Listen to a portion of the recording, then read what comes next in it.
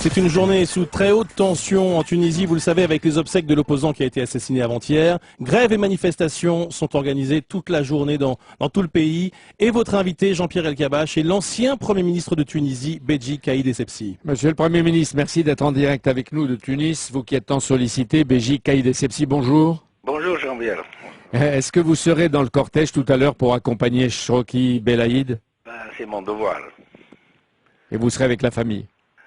Bien entendu, je vais aller maintenant juste rendre visite à la famille, puis après je vais accompagner le cortège, évidemment, c'est la moindre des choses. Aujourd'hui, les Tunisiens, qu'est-ce qu'ils veulent faire? Une démonstration de force? Ou plutôt d'abord une démonstration de dignité, et certainement, par conséquent, une démonstration de force, parce que je crois qu'on va avoir une foule peut-être supérieure à celle du jour où Ben Ali a pris la fuite. La crise est montée d'un cran. Il paraît qu'il y a eu de multiples affrontements à l'intérieur du territoire tunisien.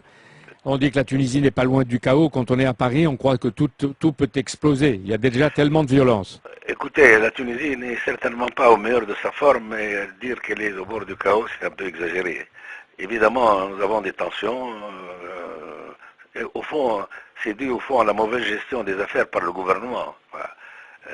Mais autrement, nous pouvons toujours nous en tirer. Mais c'est vrai que nous sommes dans une période difficile, transitoire, je l'espère, mais quand même, le gouvernement ne remplit pas ses fonctions.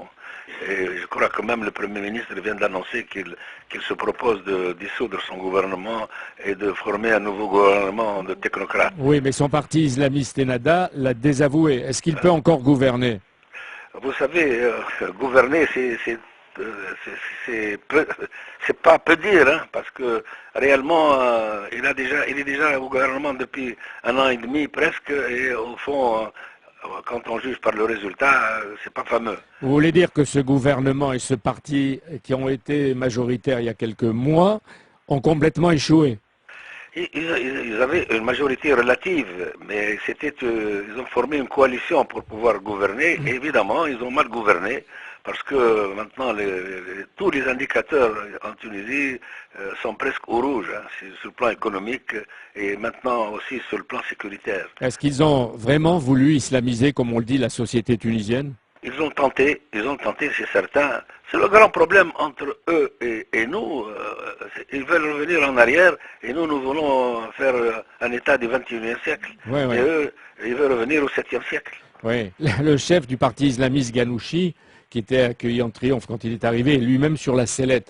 Ce qui disait il y a 2 ans, Ben Ali dégage, il paraît qu'il crie maintenant Ghanouchi dégage. Est-ce que ça veut dire qu'aujourd'hui, le peuple va réclamer aussi la chute de ces gens-là? C'est ça l'idée nouvelle, c'est que le peuple maintenant joue son rôle et il réclame des gens qui le gouvernent de rendre des comptes.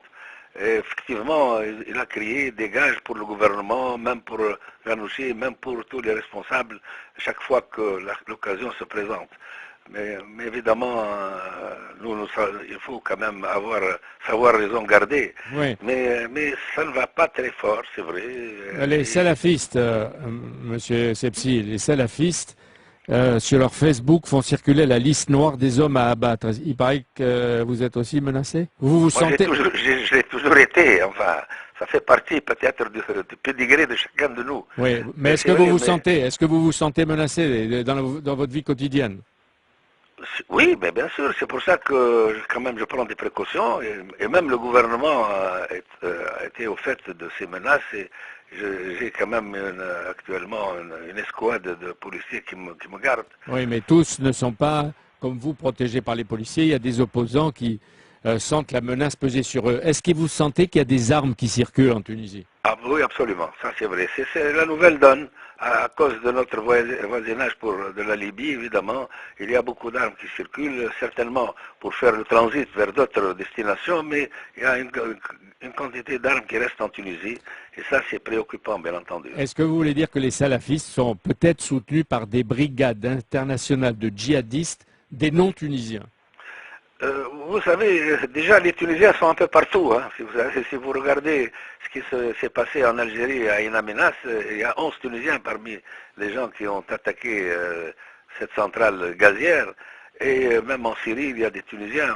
Généralement, il n'y a pas d'étrangers en Tunisie, mais il y a des Tunisiens qui sont dans les mouvements que vous venez de qualifier de djihadistes. C'est vrai. Oui. J'ai entendu que vous réclamiez la démission de tout le gouvernement et de son Premier ministre. Pour aboutir à quoi? D'abord, ça pour investir à notre gouvernement, n'est-ce pas?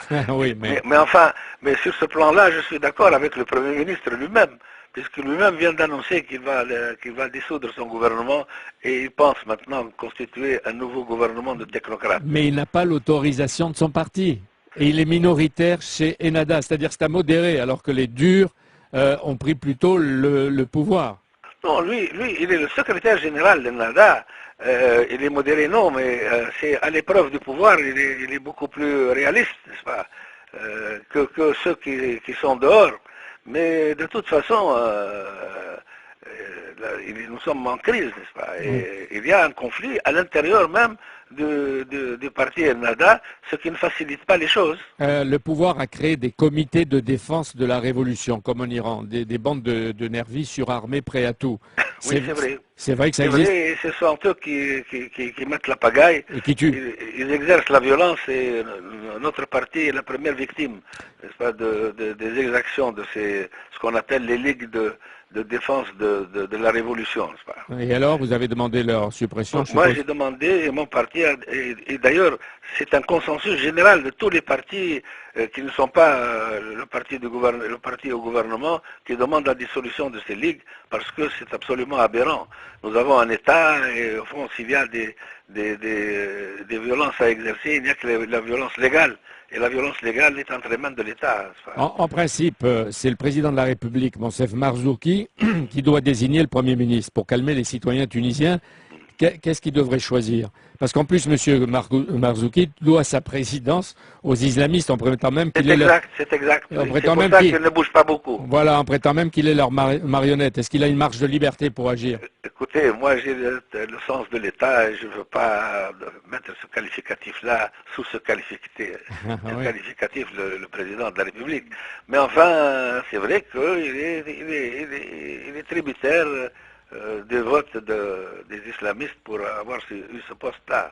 Vous êtes en train de rassembler tous les partis et associations qui sont émettés de laïcs, de démocrates, de femmes pour créer un mouvement d'alternance. Est-ce qu'il est vrai qu'aujourd'hui vous pourriez être majoritaire s'il y avait des élections? C'est les sondages qui le disent. Nous sommes maintenant le premier parti, si jamais il y a des élections aujourd'hui.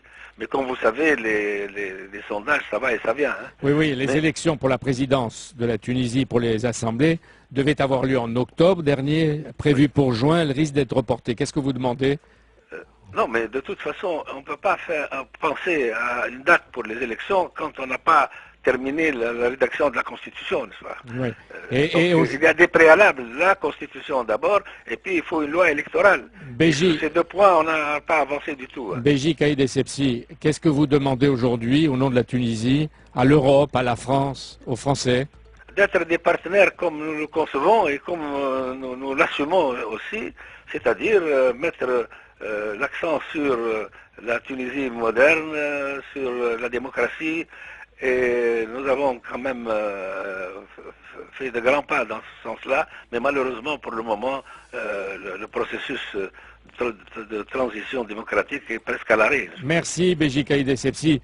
En Tunisie, la journée va être longue, risquée, douloureuse. Merci d'avoir témoigné. Merci beaucoup Jean-Pierre Elkabbach. Le grand rendez-vous dimanche à 10h sur Europe 1. Invité l'homme controversé ou quelquefois chahuté qui détient les clés de l'avenir de l'école, des enfants et du pays, Vincent Peillon.